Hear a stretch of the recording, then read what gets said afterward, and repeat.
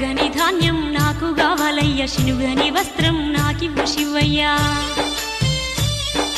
తల్లి కావాలని మనసంత తన్లాడే నాకు పిల్లల్నిచ్చి నా కోరిక తీర్చువోనా శివయ్య నా లింగమయ్యా. ఎంత పిచ్చి దానవే నువ్వు ఇంతగా దిగజారుతావా, అమ్మల గన్నమ్మవు నువ్వని అంతలోనే మరిచినావా.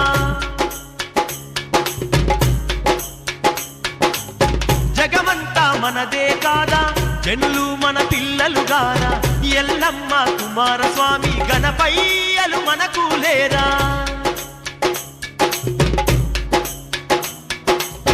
ఈ